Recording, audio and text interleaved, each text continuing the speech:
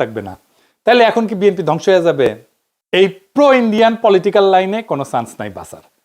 আমরা চেষ্টা করছি, লাভ হয় নাই। 2 নম্বর হইতেছে বিএনপি ইতিমধ্যে নিজেকে অকৃতজ্ঞ একটা দল হিসেবে প্রতিষ্ঠিত করে ফেলছে। জামাতের সাথে জোট করে এতদিন রাজনীতি করে সে জামাতের সাথে যে আচরণ করছে, আবার আমাদের সাথে এই হাসিনা বিরোধী আন্দোলনে আমাদের এত বেনিফিট পাইছে, আমাদের এত সাপোর্ট পাইছে, এক সময়কার রাজপথের সহযোদ্ধা তাদের সাথে যে আচরণ করছে, তার সাথে কোনো রাজনৈতিক দল কোনো ইন্ডিভিজুয়াল ঐক্য করবে না।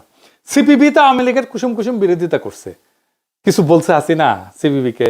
জাফরুল্লাহ ভাইও তো কম হাসিনা বিরোধিতা করে নাই, কিছু বলছে হাসিনা? বলে নাই, কারণ জাফরুল্লাহর সাথে শেখ মুজিবের একটা সম্পর্ক ছিল। এক সময়ের মিত্রের বিষয়ে হাসিনার একটা নৈতিক অবস্থান ছিল, যেটা বিএনপির নাই। বিএনপি এই ক্ষেত্রে আওয়ামী লীগের চাইতেও খারাপ। সে রাজনৈতিক বিরোধী থেকে ব্যক্তিগত শত্রুতায় পর্যবসিত করে। তাই বিএনপির আশা আমাদের ছাইড়া দিতে হবে। বিএনপি একটা সিংহ, কিন্তু দুর্বল সিংহ, এইরকম হারুপাট্টি। যতগুলো ইলেকশন করবে সবগুলো হারবে। জাহাঙ্গীরনগর ইলেকশন নিয়ে কি কাণ্ডই না করলো দেখেছেন তো। চিটাগাং রাজশাহী ইউনিভার্সিটিতে পার্টিসিপেট করে কিনা দেখেন। আমাদের তাইলে কি করতে হবে? আমাদের দ্রুত একটা রাজনৈতিক ফ্রন্ট করার দিকে অগ্রসর হইতে হবে, যে ফ্রন্টের কথা আমি বলছিলাম। না হলে রাজনৈতিক শূন্যতা তৈরি হবে। এই ফ্রন্টের আদর্শিক নেতা হবেন জিয়াউর রহমান, তার রাষ্ট্রচিন্তা। বিএনপি কোন ঠাসা বা নিষ্ক্রিয় ট্রু ন্যাশনালিস্টরা তাদেরকে একটা স্পেস দিলে তারাও চলে আসবে দলে দলে।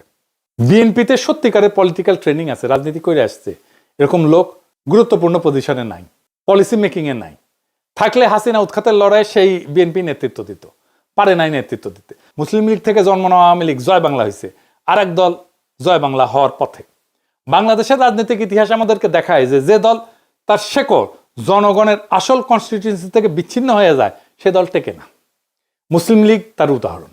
আর আজ বিএনপি সেই ক্রুশিয়াল ভুলের পুনরাবৃত্তি করছে।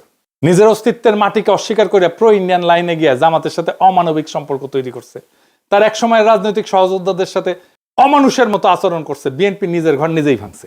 কিন্তু তার মানে এই না জিয়াউর রহমানের রাজনীতি হারায় যাবে। জিয়াউর রহমান যেমন বাকশালের ধ্বংসস্তূপ থেকে নতুন রাষ্ট্রচিন্তা দাঁড় করেছিলেন, আজ তার চিন্তাধারার মধ্যে আছে বাংলাদেশকে বাঁচানোর শক্তি। বিএনপি হয়তো দুর্বল সিংহ হয়ে পড়ছে, কিন্তু এই দেশের সাধারণ মুসলমানদের রাজনৈতিক এজেন্সি আর স্বাধীনতার আকাঙ্ক্ষা আজও বেঁচে আছে। ডাকসুর ব্যালটে যেমন সাধারণ মানুষ নিজের কণ্ঠ খুঁজে পেয়েছে, জাতীয় নির্বাচনেও সেই কণ্ঠ আরো জোরে উচ্চারিত হবে। আমাদের দায়িত্ব এখন নতুন রাজনৈতিক ফ্রন্ট গড়ে তোলা, যেখানে জাতীয় মর্যাদা, আঞ্চলিক অখণ্ডতা আর সার্বভৌমত্ব প্রশ্ন হবে মূল কেন্দ্র, যেখানে জিয়াউর রহমানের রাষ্ট্রচিন্তা হবে আমাদের আদর্শিক দিক নির্দেশনা। এই ফ্রন্ট হবে সাধারণ মানুষের, মজলুমদের, নিপীড়িতদের, যারা আওয়ামী ফ্যাসিবাদ এবং বিএনপির বিভ্রান্ত রাজনীতির বাইরে নতুন আশা খুঁজতেছে। ইতিহাসের শিক্ষা পরিষ্কার, শূন্যতা কখনো স্থায়ী হয় না। আমরা যদি শক্তি, দিক নির্দেশনা নিয়ে আগায় যাই, তবে সেই শূন্যতা